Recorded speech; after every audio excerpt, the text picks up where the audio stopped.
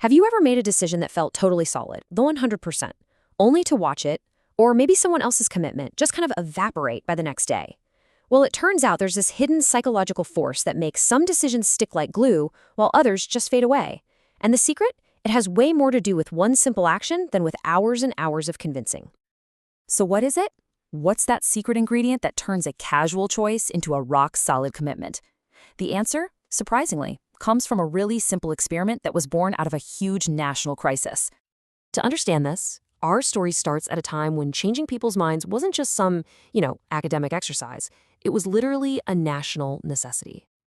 Yeah, we're heading back to a time of scarcity and rationing, where this brilliant psychologist was given a huge task: figure out how to fundamentally change the way people behaved. The year is 1947, and psychologist Kurt Lewin has a pretty big challenge on his hands. He needs to convince American households to start eating organ meats, things like liver and kidneys, to help with wartime food shortages. A tough sell, right? So to figure this out, he designed this really elegant experiment to find out what actually makes people change. Here's how it worked. It was super simple. Lewin split people into two groups. The first group, the lecture group, just sat there and listened to an expert give a lecture on all the reasons why they should cook with organ meats. But the second group, the discussion group, they actually talked it through themselves. They had a conversation. And then, and this is the most important part, they were asked to publicly commit by raising their hands. So you've got persuasion on one side versus participation on the other. One group was just a passive audience. The other became active decision makers. Which one do you think actually put different food on the dinner table that week? Well, the results were wow. They weren't just interesting. They revealed this incredibly powerful psychological principle that we now call the freezing effect. Okay, let's look at the lecture group first. After hearing all those logical, compelling reasons from an expert, a tiny 3% actually went on to cook with organ meats.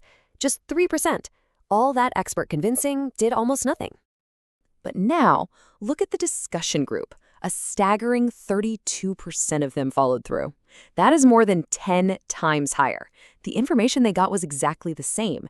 The only thing that changed was that they were involved. And this is what Lewin called the freezing effect. The idea is pretty simple when you break it down. When you actively participate in making a decision, and especially when you do it in public, that choice solidifies. It kind of freezes in your mind, and it turns a vague idea into a real, firm commitment. Okay, so really fascinating piece of history, right? But the real question is, how do we take this study from the 40s and actually use it today, like in a real negotiation? Because this is where it gets really powerful for you. The very same principle that got people to try weird new foods back then is an absolute game changer today.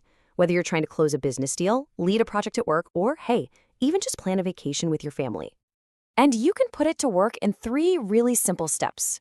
First, just stop talking and listen. Let the other person get their ideas and their needs out on the table. Second, don't just pitch your solution, build one with them. Make them an architect of the final plan. And third, get that modern version of a raised hand. You need a clear sign-off, a handshake, a summary email, even just a verbal, okay, we're agreed. You've got to make that commitment concrete. See, the goal here isn't to win the argument with a bunch of facts. It's to build the solution together.